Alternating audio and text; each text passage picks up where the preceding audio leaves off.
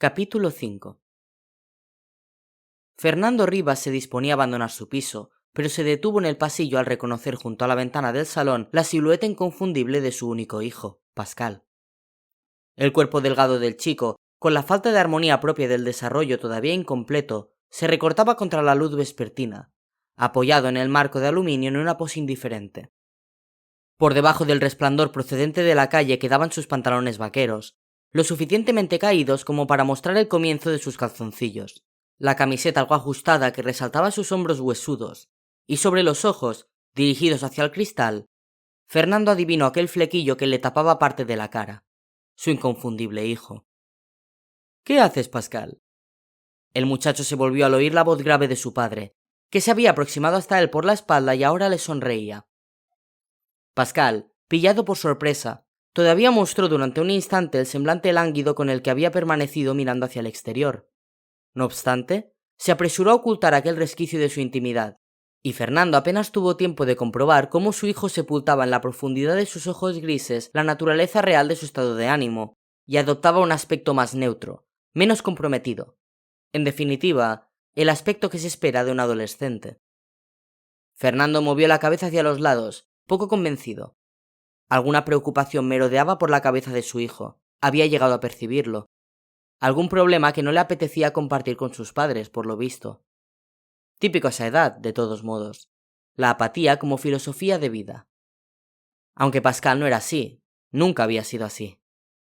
Fernando pensó que no había sido ágil. Su lenta aproximación permitía ahora a su hijo exhibir la naturalidad necesaria para disimular sus verdaderos sentimientos. El «todo va bien» se había convertido en una respuesta demasiado frecuente a la hora de frenar nuevas preguntas.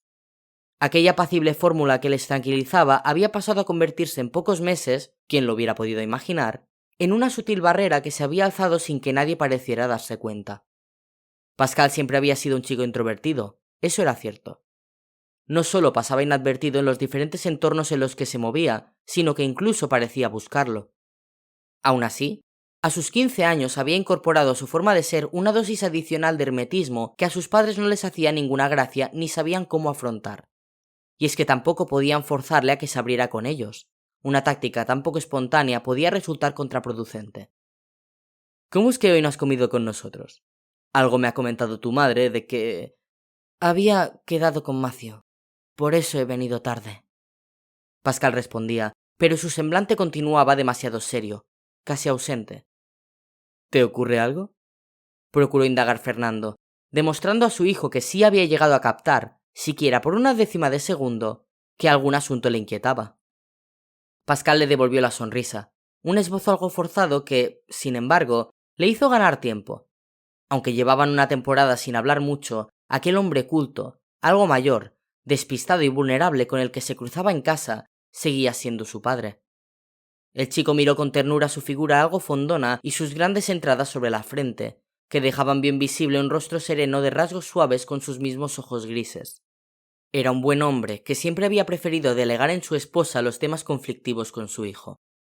Al contrario de lo que ocurría con su madre, mucho más vivaz y dinámica. A menudo la mutua compañía que se dispensaban padre e hijo se traducía más en silencios que en conversaciones, pero ambos sabían que contaban el uno con el otro, y eso les bastaba.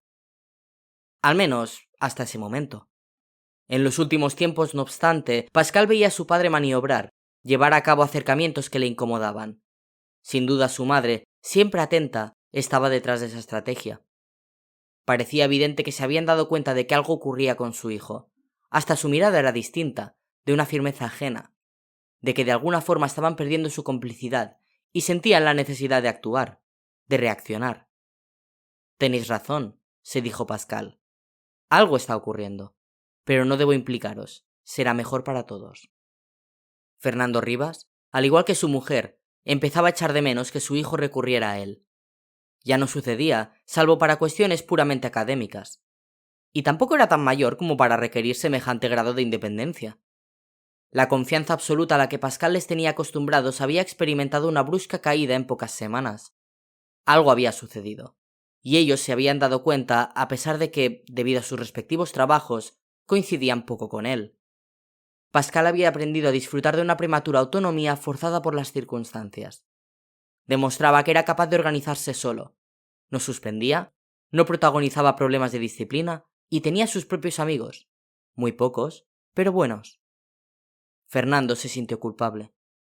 A Pascal, que estaba sospechando la índole de las reflexiones de su padre, le habría encantado poder liberarle de aquella carga de incertidumbre, poder explicarle que lo que le sucedía no tenía nada que ver con ellos, con su actuación hacia su hijo.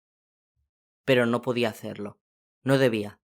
Bastantes personas estaban ya involucradas en el secreto. Tras la implicación de Matthew, no podía arriesgar más vidas, ni le apetecía embarcarse en nuevas confesiones. Ellos no. La causa de sus íntimos cambios estaba más allá de lo que podían concebir sus padres, sencillamente. Un abismo los separaba. No había nada que ellos pudieran hacer. Él solo les pedía, a través de su actitud prudente, que fingieran que no habían notado aquella brecha que se había abierto. Con el tiempo, él volvería a ser el de siempre, lo prometía. Pero mientras tanto, les pedía con los ojos paciencia, les imploraba con su silencio esa fe ciega, incondicional, que parece legítimo exigir a los seres queridos. Pascal necesitaba un hogar tranquilo donde poder cobijarse en los momentos en los que las circunstancias amenazasen con superarle, porque sabía que tales momentos iban a volver a producirse tarde o temprano. Necesitaba, sobre todo, sentir que su realidad cotidiana, la de antes de que ocurriera lo que sucedió aquel último Halloween en casa de Jules Marceau, permanecía inalterable. Aunque en el fondo supiese que aquel refugio doméstico era solo aparente, como había constatado en los recientes episodios paranormales que acababa de protagonizar. En su confidencial condición de viajero entre mundos no existía lugar donde ocultarse, donde huir. Al igual que no existían límites para sus pasos. Pascal despertó de sus cavilaciones, susceptible en medio de una jornada que había amanecido para él no solo con escenas inquietantes, sino también repleta de una extraña melancolía de la que no lograba desembarazarse. Su padre, de pie frente a él, con el maletín apoyado en el suelo, aguardaba todavía una respuesta. «Te veo serio», insistió. Pascal estuvo a punto de ceder, de pedirle que se sentara con él y escuchara todo lo que tenía que decirle. Estuvo a punto de confesarle por fin, frente a su vigoroso escepticismo de adulto, que aquel chico que tenía delante era, a pesar de su devota normalidad, el único ser humano que podía visitar el mundo de los muertos y volver para contarlo.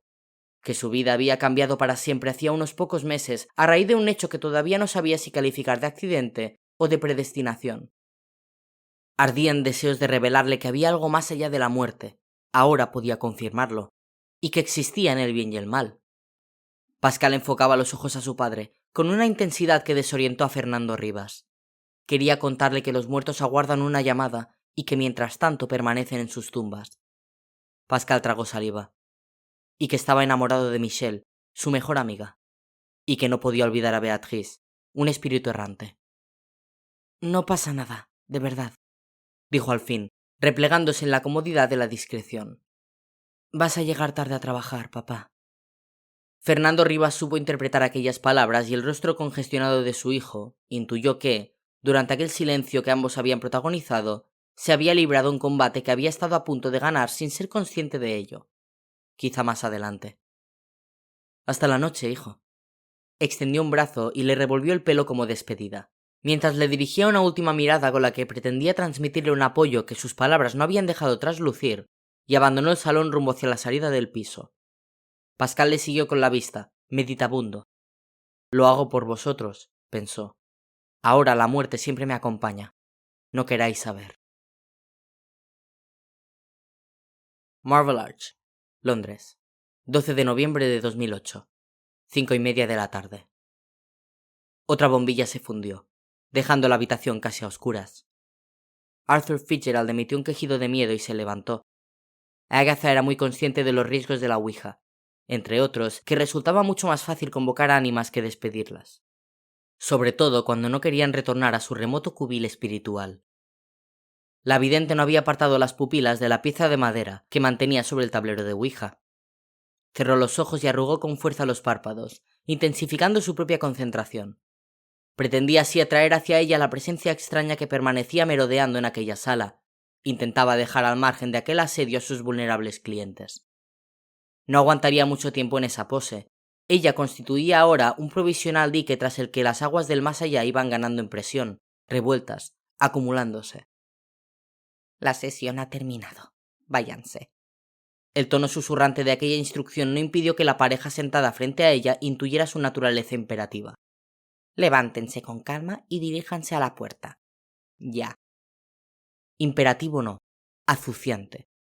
El matrimonio había captado no solo la necesidad de la obediencia, sino su urgencia, a pesar de que aquel final prematuro confirmaba lo infructuoso de la sesión de espiritismo que habían pagado con generosidad. Los Fitzgerald, cuyo desconcierto iba mudando en temor, acataron la orden sin pronunciar palabra. Incluso levantaron sus sillas para no hacer ruido. La ignorancia potencia la intuición y ellos, ajenos a lo que estaba sucediendo, percibían sin embargo el siniestro sabor del peligro en el ambiente frío que emanaba desde cada rincón de aquella habitación. Había que largarse. Cuanto antes. La llave está en la cerradura, volvió a susurrar Agatha, sin alterar su semblante inmóvil. 2 vueltas a la derecha. Cierren la puerta en cuanto salgan. Corran después sin volver la vista atrás. Deprisa. Virginia Fitzgerald la miró agradecida mientras abrían la puerta, sabiendo distinguir en el gesto tenso de la vidente una lucha interna que los salvaba de algo, de un riesgo abstracto que de algún modo se cernía sobre ellos. Quiso responder a aquel noble comportamiento, pero Agatha se anticipó a su intención. «Virginia, es mi trabajo», reconoció con voz crispada, a punto de ceder en el pulso intenso que iba consumiendo su resistencia. «Márchense. Debo terminar esta sesión sola». A los pocos segundos la única compañía con la que contaba la bruja era la presencia espiritual maligna, que insistía en liberarse de la prisión del panel de madera. Otra vela se apagó. La vidente casi pudo sentir sobre el rostro el aire removido, el soplido fugaz del ente perverso dirigiéndose a la llama tenue. Hubiera gritado de espanto al notar un tacto helado que recorría una de sus piernas, aunque bajo la mesa no había nadie. No había nada. Las cortinas se agitaron con furia. Nuevos portazos se sucedieron en el pasillo de la casa, como si el espíritu malévolo lo fuese recorriendo, buscándola. Agatha lo vio claro. Estaba perdiendo el control. Agotaba con una tozudez heroica, abnegada, sus últimas fuerzas. El capitán que se hunde con su barco cuando ya no quedan pasajeros. Al menos las otras 2 potenciales víctimas se encontraban a salvo. En aquel instante ya no habrían podido marcharse. Agatha abrió los ojos y se enfrentó al tablero, a sus letras negras ahora tan diáfanas que parecían haber ganado relieve sobre el fondo, y a la presión temblorosa de la punta de la flecha, vibrante bajo sus dedos, ansiosa por mostrar un mensaje de ultratumba que la vidente se empeñaba en rechazar. De forma paulatina, la punta que sus dedos procuraban contener inició un sutil arrastre hacia nuevas letras, sin que ella pudiera evitarlo. Ya no. Muy pronto Agatha pudo leer el mensaje completo. Morta es. Agatha se puso en pie de un salto. Sabía que no disponía de tiempo. Había despegado sus dedos del panel de Ouija e iniciaba un ritual, su último recurso, con el que procuraba contener aquella presencia que ya se precipitaba sobre ella. Debía expulsar al ente antes de que fuese demasiado tarde. Algo cortó su aliento de cuajo, impidiendo así que terminara de recitar la salmodia salvadora. Agatha abrió mucho los ojos, conmocionada, mientras se esforzaba en extraer de su garganta sonidos inteligibles. Nada. Lo único que surgió de entre sus labios crispados fue un gemido afónico, un aire débil con el que tampoco podría pedir ayuda. La bola de cristal estalló sobre la mesa y la última luz se fundió, hundiendo a la vidente en una definitiva soledad oscura. La tarde avanzaba. Jules Marceau giró su cabeza hacia un lado, hasta sentir un crujido en sus vértebras superiores. Alzó entonces la barbilla, mirando de reojo con sus ojos negros hacia el espejo al que se había aproximado. Sí, desde esa posición se veía muy bien la diminuta cicatriz de su cuello, bajo un rostro blanquecino de mejillas hundidas que parecía pedir a gritos que alguien le insuflara un poco de aliento. Allí estaba, desafiante en su pequeñez. La cicatriz. Todos los días la analizaba, con la insensata insistencia de quien alimenta la convicción de que cualquier mañana se levantará de la cama y aquello que monopoliza sus sentidos habrá desaparecido. Todos los días estudiaba su marca, sí, para a continuación descubrir que la odiosa señal continuaba alojada en su piel con el pertinaz apetito de un parásito. Era como esforzarse por mantener viva una decepción crónica. Jules estiró la piel del cuello, para estudiar con mayor detenimiento aquella muesca irregular. ¿Cuántos días más le harían falta para resignarse y asumir de una vez que aquella marca le acompañaría el resto de sus días? Sin embargo, no era eso lo que le preocupaba en realidad. No se trataba de una simple cuestión estética. Una mancha en su blanquísima piel le daba igual. De haber tenido otro origen menos nocivo, incluso hubiera contemplado la cicatriz como un elemento interesante que aportaba un toque siniestro a su imagen gótica.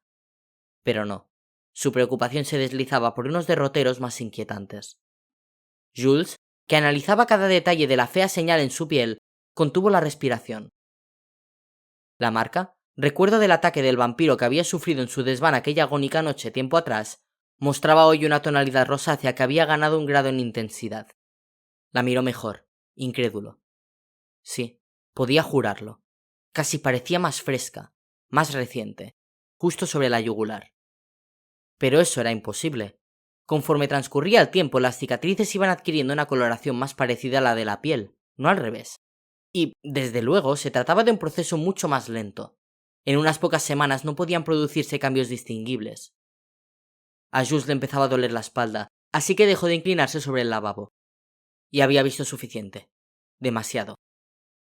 Se enfrentaba ahora a sus propios ojos, ensombrecidos por las ojeras bajo su cabello rubio y desordenado, y en ellos se vislumbraba, basta ya de engañarse, un miedo indefinible. En 3 meses no había logrado reunir la entereza suficiente como para decírselo a sí mismo a la cara, para pronunciar sin tapujos la amenaza con la que se desprendía cada amanecer de un persistente insomnio que parecía negarse a abandonarlo. Y, tal vez por culpa de su propia paranoia, empezaba a localizar otros síntomas sospechosos de su temor. «¡Créetelo, Jules! ¡No te mordió!», gritó su imagen, conmocionado, intentando en vano descartar su venenosa sospecha. «El vampiro no llegó a morderte». Su voz se quebró en un breve sollozo. No podía afirmar aquello con total convencimiento, porque no lo recordaba. Fruto de sus heridas y del propio trauma que arrastraba desde aquella madrugada del encuentro con el monstruo, padecía una amnesia que recortaba sus recuerdos. Los hacía jirones impidiéndole confirmar un consuelo que necesitaba con ansia. «No me mordió», se repitió. «Hace meses que me habría convertido en vampiro, de no ser así».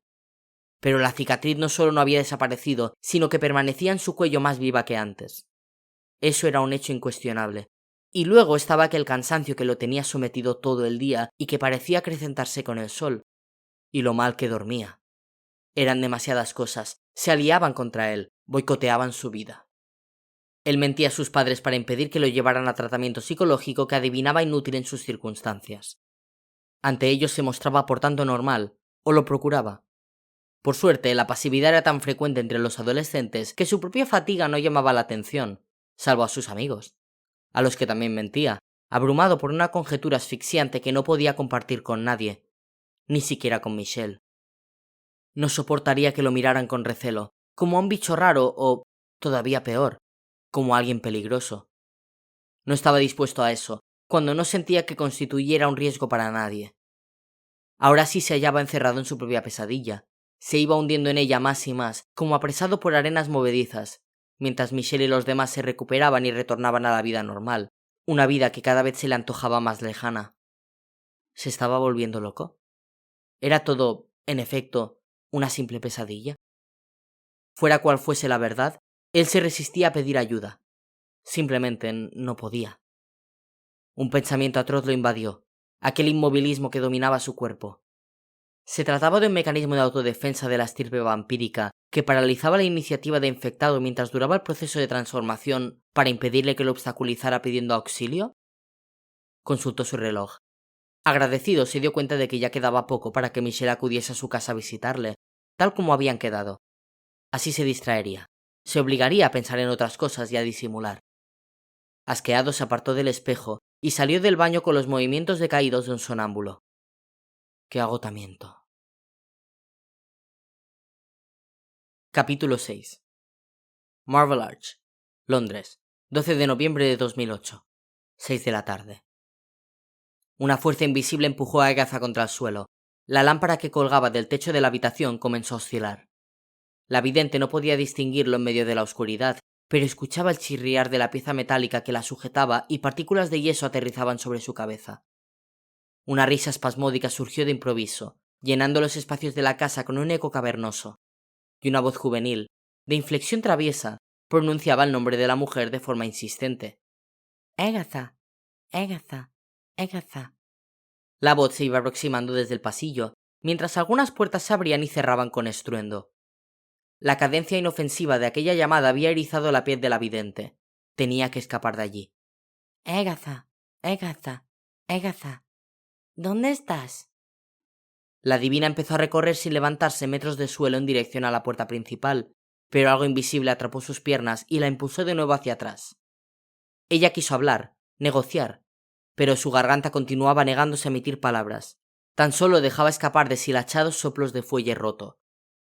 ¿Reuniría la energía suficiente para enviar un mensaje de advertencia a Daphne de París, su hermana vidente de mayor confianza, antes de que fuera demasiado tarde? Porque aquel ser de ultratumba que había acudido a la sesión no era un simple espíritu, emanaba de él un poder tan maligno. La luz de la habitación empezó a parpadear. La voz que pronunciaba el nombre de la vidente había llegado ya a aquella sala. Ella notaba su frío esencial empapando el aire con el pausado avance de lo mortífero. La pieza triangular de madera, mientras tanto, iba recorriendo todas las letras sobre la tabla de Ouija, describiendo rizos caprichosos en sus movimientos de trayectoria infantil. Las plantas que adornaban la habitación, sobre unos maceteros próximos, murieron al instante. Perdieron su verdor para adquirir el tono pajizo de la sequedad, y sus tallos cayeron hasta colgar, inertes, sobre el borde arcilloso de los recipientes que contenían la tierra. No podría hacerlo, no lograría avisar a la vieja Daphne. Los parpadeos de luz continuaban. Agatha, detenida en el suelo, alcanzaba a ver la estancia durante los fugaces momentos en los que la lámpara volvía a iluminarla antes de sucumbir otra vez a la oscuridad. En uno de aquellos guiños resplandecientes, acertó a ver una imagen pavorosa. Un espejo le confirmaba que a su lado, aunque no pudiera verlo, se encontraba un niño de unos 10 años, de pie, sin moverse, mirándola con una sonrisa abyecta. Agatha intentó gritar, se apartó de la zona de aire en la que junto a ella intuyó la presencia demoníaca, pero seguía anclada al suelo. Una mano invisible empezó a acariciarle el pelo con parsimonia. Ella procuró rebelarse sin éxito, asqueada en medio de su horror de que aquel ser la rozase siquiera. Entonces la respiración comenzó a fallarle. Sus pulmones, que sentía aplastados, no le permitían coger aire y ella empezó a boquear como un pez sacado del agua. Se revolvió bajo el suplicio de la asfixia. En un último movimiento, se estiró hacia la puerta, todavía envuelta en las convulsiones que su cuerpo provocaba buscando oxígeno. A los pocos segundos quedó tumbada sobre el suelo, uno de sus brazos extendido hacia adelante. Estaba muerta. La lámpara suspendida en el techo dejó de girar, fue perdiendo impulso hasta detenerse, y la luz recuperó su resplandor constante para dar paso a una escena de desorden estático donde todavía podía percibirse la huella reciente del mal. Pascal se había quedado solo en casa, algo que empezaba a darle miedo. Confió en que no tuviera lugar ningún otro fenómeno sobrenatural, aunque, por si acaso, no se separaba de su instrumental de viajero. Las imprudencias le podían costar caras. El chico entró en su habitación y se tiró a la cama, dispuesto a pasar un rato escuchando música mientras hacía tiempo para volver a intentar contactar con Daphne, pues la vidente no había contestado su primera llamada. No tenía ganas ni de chatear. Ahora que había tomado la determinación de interrumpir la cuarentena, se sentía prisionero en su propia casa, algo que nunca hubiera imaginado que le pasaría a él, de talante más bien hogareño. Le devoraba la impaciencia. Y el recuerdo de Beatrice. En el fondo sabía lo que le ocurría. 3 meses de rutina, como si nada hubiese sucedido, eran suficientes. Después de que en su vida hubiese sobrevenido algo grandioso, y ahora que todos parecían haber ido recuperándose del impacto de lo vivido, el cuerpo le pedía una nueva dosis de ese protagonismo tan ajeno a su tradicional forma de ser, pero que empezaba a agradarle. Comenzaba a sentirse cómodo en su nuevo papel, por eso le añoraba secretamente. Ya no estaba dispuesto a retornar a su anodina existencia, ni siquiera contando con los riesgos que entrañaba su nueva condición. Pascal había recuperado el aplomo y la salud. Los ataques que acababa de sufrir en casa y en el Lycée solo consolidaban su decisión de retomar sus viajes al más allá, pues habían evidenciado que no podía seguir manteniendo la apariencia de normalidad en caso de que así lo hubiera pretendido. Que no era el caso. Pascal alargó un brazo y cogió una foto enmarcada donde aparecía su grupo de amigos cenando en el McDonald's de la calle Rivoli, en cierto modo, una imagen profética. En el encuadre aparecían justo los que en aquel preciso momento eran sus cómplices en el secreto de la puerta oscura, a excepción de los 2 adultos implicados. Allí estaba Michelle, guapísima en su estética gótica, que a Pascal no acababa de convencerle, con la melena rubia cayéndole sobre los hombros, sonriendo con los labios maquillados de púrpura junto a Jules Marceau, alto y escuálido, de tez muy pálida, con quien ella compartía aquella pasión por las ropas oscuras, el manga y todo lo siniestro. Ambos tenían un año más que él, 16, y solían mantener discusiones sobre temas como la muerte o la interpretación de las pesadillas. Pascal sonrió. Vaya par. Pero a Michel se lo perdonaba todo, por su mirada enérgica, por las intensas sensaciones que despertaba en él o por la cantidad de sueños de Pascal que ella, sin saberlo, había protagonizado. El viajero hizo un mohín sufrido, y por aquella fortaleza que ella solía exhibir y que a él le torturaba, pues le hacía parecer inaccesible. Qué fácil había sido tenerla como amiga, y qué difícil le estaba resultando a Pascal dar un paso más. El episodio de pasión vivido con Beatrice en el más allá, un secreto que Pascal guardaba con celo, no ayudaba. Lo cierto era que, últimamente, Pascal creía distinguir en la mirada de Michel la misma inseguridad que atenazaba sus propias iniciativas, algo que le parecía buena señal. Si Michel tuviese claro que no estaba interesada en una relación con él, ya se lo habría dicho. Ella era así. El hecho de que llevaran los dos varios meses sin atreverse a dar el paso permitía albergar esperanzas. Aunque el proceso, de tan cauto, estuviese transformándose en una agonía para él. 3 meses habían transcurrido, 3 meses en los que habían ido coincidiendo sin atreverse a sacar el tema, por miedo a contaminarlo con las secuelas que arrastraban tras los días en los que Gautier, el vampiro, había rondado por París dejando a su paso un reguero de sangre inocente. Ni siquiera los amigos se atrevían a preguntarles, dejándolos a los dos seguir su propia hoja de ruta hacia una posible relación sentimental. Pero las horas terribles del peligro de muerte ya formaban parte del pasado, aunque fueran pasado reciente. Y el hecho de que Pascal hubiese rescatado a Michel del más allá había adquirido, gracias a aquellas semanas de inactividad, la suficiente distancia como para que ella pudiera decidir sobre su relación con Pascal sin temer que su gratitud condicionara su decisión final. Entonces, ¿por qué no respondía ella a su pregunta de una vez? Tal vez estaba a punto de ocurrir. Pascal contuvo la respiración. Casi le daba más miedo intuir que se aproximaba el momento de hablar con Michel que la posibilidad de que aquella situación de mutuo silencio se prolongara. Pascal volvió a la fotografía. Prefería no pensar en eso. Sentado en aquella mesa del establecimiento de comida rápida, aparecía también el rostro pícaro y atractivo de Dominique. Como siempre, se había colocado en una esquina para poder encajar su silla de ruedas. Aún no se había quitado la gorra y, para variar, ofrecía una sonrisa maliciosa. Parecía estar lanzando mensajes al fotógrafo a través de sus ojos azules, comunicándose con el objetivo de la cámara para compartir comentarios de contenido sexual. Se intuía en sus ropas amplias un torso atlético, consecuencia de los años que llevaba arrastrando la silla. Sus piernas, atrofiadas, no salían en plano, invisibles bajo el tablero de la mesa cubierto de restos de McMenús, vasos con pajita y servilletas arrugadas. Frente a él se hallaba sentado Matthew, que exhibía su cuerpo poderoso de deportista y sus facciones firmes, abarcando con sus brazos fuertes a los demás en una especie de abrazo de equipo. Sonó el móvil, haciéndole dar un respingo que interrumpió de golpe su melancolía. Pascal vio en su pantalla un número que no conocía y en pocos segundos se encontraba escuchando la voz rechinante de la vieja Daphne, la vidente. Pensó que ella le devolvía la llamada, pero se equivocaba. Le necesitaba por una razón muy distinta. Pascal tragó saliva, sorprendido. ¿No se acababa de quejar de tantos meses de tranquilidad forzosa? El destino parecía reírse de él, anticipándose a sus propios deseos. ¿Podemos contar contigo?, preguntaba la medium. Pascal no se lo pensó. Claro. Daphne continuó hablando, al otro lado de la línea. Algo había ocurrido, que precisaba de la intervención de Pascal como viajero. Inmediatamente. El chico decidió, ante la urgencia de aquella enigmática petición, que no era momento de comunicar a la vidente sus experiencias paranormales de aquel día. Más tarde podría hacerlo. La primera presa había caído.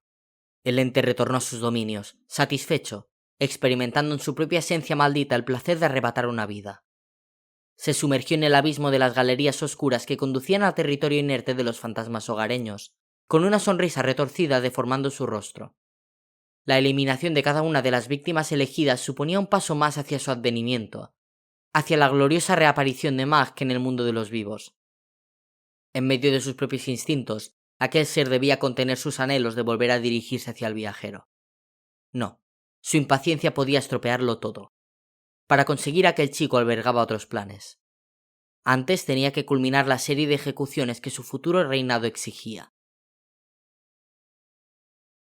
El doctor Marcel Laville, guardián de la Puerta Oscura, Llevaba un rato merodeando por un sector lateral del cementerio de Père-Lachaise. Superó por fin los escasos metros que lo separaban de la lápida que buscaba, la tumba de la última víctima de Gautier. Se trataba de la chica que vivía en aquel ático cercano a la residencia de los Marceau, presumible primera escala del monstruo que ya se preparaba aquella noche de hacía 3 meses para su inminente asalto al desván donde permanecía custodiada la puerta oscura.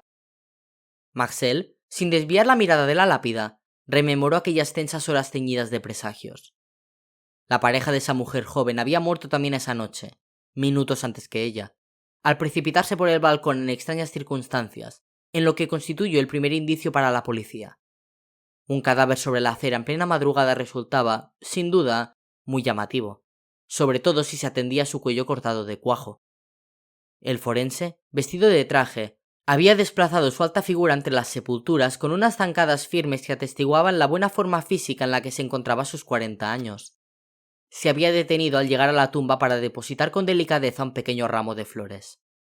Se apartó un mechón de pelo gris ceniza que le caía sobre la frente y paseó la mirada por la superficie del monumento, recuperando los frenéticos recuerdos de aquella noche en la que se enfrentaron al demonio vampírico con más éxito que esa pobre pareja. En realidad, aquellas 2 inocentes víctimas no habían tenido ninguna oportunidad. Quien los había matado realmente había sido el azar. Ellos no estaban destinados a morir, pero se cruzaron en el letal camino de un vampiro proveniente del más allá. La casualidad había dictaminado su muerte. ¡Qué injusticia!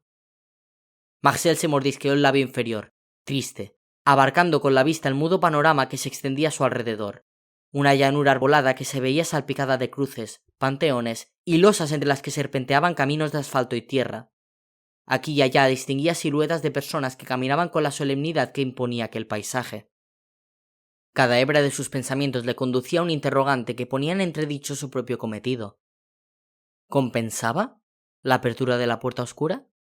¿Cuántas víctimas inocentes habían caído fruto de su periódica existencia? Quizás se trataba de un poder excesivo en manos de mortales. Surgió en su interior una íntima rebelión contra aquel precio que había que pagar a cambio de la vinculación con el mundo de los muertos. Marcel, suspirando, reanudó su atención sobre la tumba que tenía delante. Agnès Périgueux, comunicaba la séptica inscripción sobre la piedra, para continuar con los típicos datos biográficos referentes al lugar de nacimiento y al de la muerte, con sus respectivas fechas. El forense compartía con aquella mujer el secreto de lo último que había hecho con su cuerpo: quemarlo. Aunque nadie conocía aquel hecho, en el interior del ataúd enterrado solo había cenizas. Marcel recuperó de su memoria unas escenas muy crudas, en las que se veía a sí mismo cumpliendo el ritual antivampírico, porque, al contrario que su pareja, Agnès Périgueux sí había sido mordida y desangrada por Gautier. Al menos, su aparente muerte era tan reciente cuando Marcel se encargó de su cadáver que todavía no había empezado a despertar como vampiresa, así que cumplir con la ceremonia no había sido tan arduo como hacerlo con el propio Gautier, que hasta el último hálito de su no muerte intentó protegerse. El instinto de supervivencia de las criaturas malignas es poderoso. Solo cuando hubo terminado definitivamente con ambos, con el vampiro y su última víctima, Marcel Laville pudo relajar su tensión y recuperarse de sus heridas, meses atrás. Agnès podría ya, al menos, descansar en paz. De todos modos, aún había compañeros del Instituto Anatómico Forense que cuchicheaban al paso de Marcel, pues a pesar de la exquisita discreción con la que Marcel actuaba, determinadas irregularidades no se habían podido camuflar por completo. Por lo menos el forense sí había contado con la indudable ventaja de ser el director de aquel centro, lo que le había permitido no tener que dar explicaciones a nadie. Siempre y cuando aquellas irregularidades no trascendiesen, claro.